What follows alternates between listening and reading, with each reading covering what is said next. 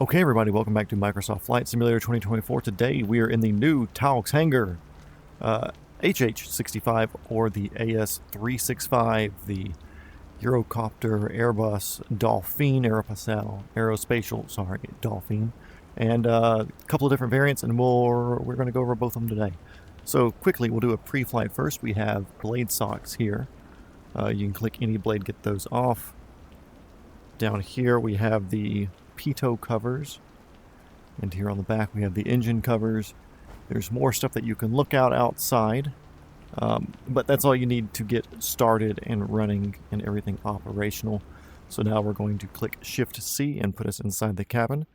So here we go. I've got it set up with a GTN 750, which you can change by the tablet up here, but we're just going to go straight into the startup procedure and go from there. So first things first, battery contactors are going to go on, so you can flick both of these switches up.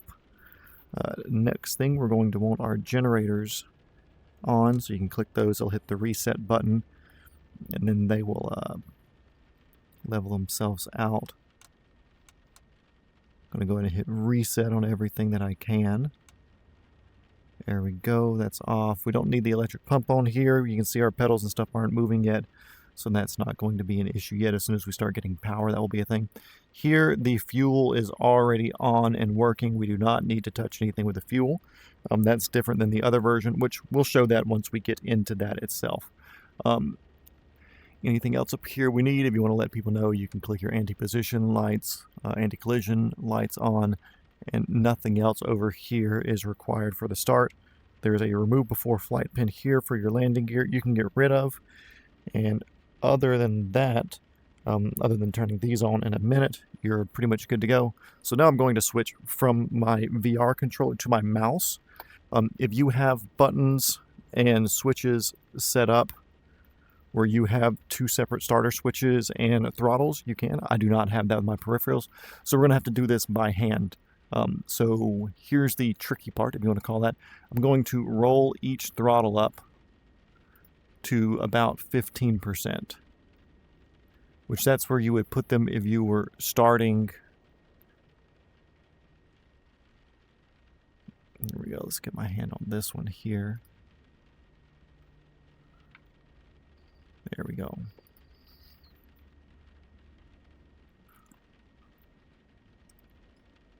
There we go. Sorry about that. Controller's being wonky.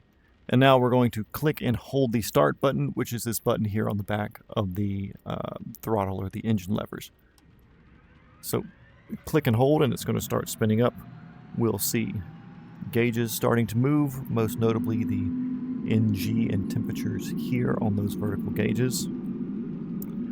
Once we hit about 40 on the NG, we'll let go, but really we're just going to wait till we hit that 50 line there.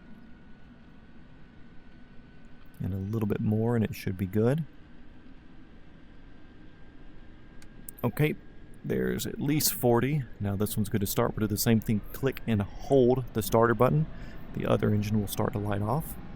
We're going to start getting noises here. We'll just have to deal with that for a second because I don't have an extra hand to click other buttons.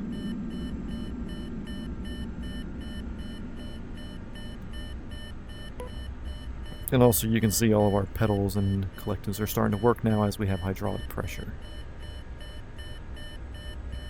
Okay, there's 50 on that. We're good to start rolling these up, so we can go and take those up to full flight, which will be 100%. Once again, I'm still using my mouse just because I can roll these more accurately than having to fight with whatever VR controller that I have at my disposal. Back here we have the autopilot switches, so we can flick all these up. Click that button on. That should get rid of any of the autopilot lights we have up here, and now the only thing we have left are the pitos, which the pitos should be right here. You can flick those on, and then you have parking and nose wheel steering there to worry about. Parking brake can go off, and at that point you are good to fly. Warning lights blinking at us, that's unnecessary now since we've got everything started, so we can click on that. make it go away. And here we're going to turn on all of our systems so we can see what we're doing. And yeah, that's it. We are at flight speeds. The rotor RPM's doing what the rotor RPM does. And we can start taxiing and taking off in this beautiful day at the Coast Guard station in Kodiak, Alaska. And now since we've done this, I'm going to hop over into one of the other versions. The startup procedures basically the same, but slightly different. So we will hit that now after showing you landing gears right there. Took my hands off the controls, but yeah, landing gear is there. Right there. Just don't have enough collective in there at the moment. But yeah, that's it. We're going to hop over to the other one real quick, and I will show you the startup procedure on that. And maybe I'll grow a third arm by that time too, so we can do all this one-handed. Okay, welcome back. We're here in Miami, and we're going to do the VIP short nose now. Let's see. We have the pitot tubes, which are more in the center now. Other than that, the outside pre-flight procedure is basically the same. Now Shift-C puts us inside. And you can see the cockpit is pretty much the same, but just a little bit different here in the middle, but that's really no big worries. Everything should still be the same as far as procedure. So we have our battery contactors there. We're going to go ahead and turn inverters and the generators on. Over here are the fuel pumps in the center. We're going to turn all 4 of those on. And as of that, we are good to start anti-collision lights. That way we can be nice to those people around us. And we will do the same thing that we did over here. We're going to roll the throttles up to about 15% ahead of time because I am incapable of doing it at the same time with my peripherals, and click and hold. And here we go. We can see that left number on the gauges here starting to spin up. And I'm still holding my mouse click button while we're waiting for it to get up to about 40% or so.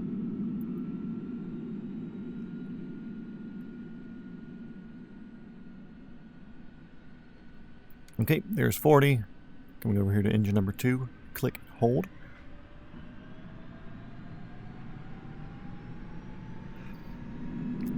And now engine number 2 has lit off. And we're just waiting on it to get to 40 so I can let go of the button. The same warning, oral warning sounds are coming on now. And I'll be able to address those here in just a second. If you want to get rid of the beeps while you're doing stuff, there's a horn switch right here. It's in about the same place as it would be in the other version if you want to turn that off in the meantime. But I do suggest turning it back on because this is a fast, fun helicopter, and you're going to probably want to fly it pretty aggressively while you're getting used to it before you start doing any serious simming. So now we're up to 100% on both of those. I'm going to turn the horn back on so we can hear anything it needs to say to us. You'll have an autopilot light that will stay on here, so you'll need to come down here to run on that switch and click these 2 buttons right there. And then, last but not least, you'll have pitots, which are right here and right here. And then the remove before flight is just right there for the gear. And that's your landing gear stop switch, if you would like to call it that. And at this point, you are good to go. Parking brake can go off. It's right there. The nose wheel thing is no longer in the forward area. It's now here. If you want to use your radios, you're going to have to turn them on in one of those places there. Same thing with your navigation and anything to do with that. And at this point, just like before, you're good to taxi, to take off, and to go enjoy wherever you're at.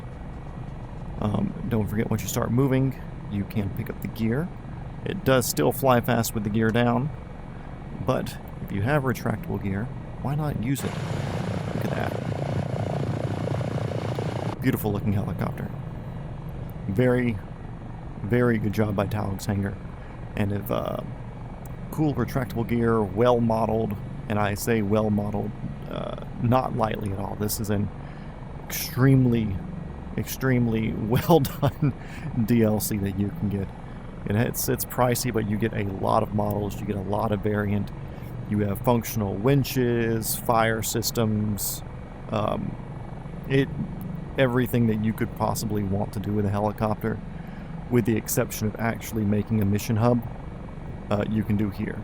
And with that said, this does work in the Miltech mission hubs. If it's nighttime, you can use the night vision plugin that comes factory with the game. It should work in any of the third-party add-on things coming out, like the Dispatch Pro from Aerosoft, or Aeroloft, whichever one it is. It's great. Highly suggested. And you can see here we're cruising at 130 knots at 82% torque. And if we really want to lean into it, we can push it up higher than what it needs to be with ease. Such a well-flying helicopter. The sounds are there. I suggest getting it. So, if you have any questions, comments, or concerns, let me know. I'll try to answer anything that I can. Again, there's a full checklist that you can do through the games provided EFB, and you can go through the entire startup checklist. And I believe they even have a startup checklist in the supply tablet from Taog. We can get my clicker to work. Here we go. Yeah, they have all these exterior options that you can work with and change and modify depending on which variant that you have. User guides, they have all the manuals, tutorials, procedures, live map, which I do like better, especially because you can get a better, fresher satellite view with a tracked path.